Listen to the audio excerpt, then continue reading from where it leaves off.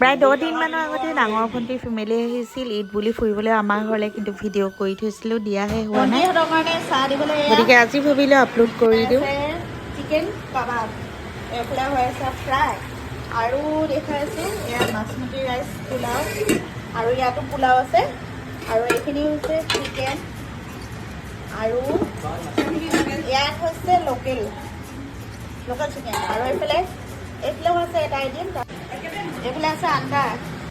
Finally dinner ready কৰি দিলোঁ ভণ্টিহঁতৰ ফেমিলিক, তাৰপিছতে আমিও ডিনাৰ কৰিলোঁ, আৰু আজি সন্ধিয়াৰ পৰাই বিৰাটেই ভাল লাগিল, হাঁহি ফূৰ্তিৰে পাৰ কৰিলোঁ।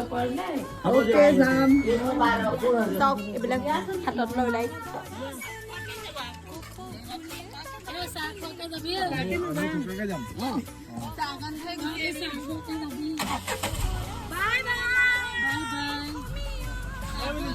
ঠিক আছে।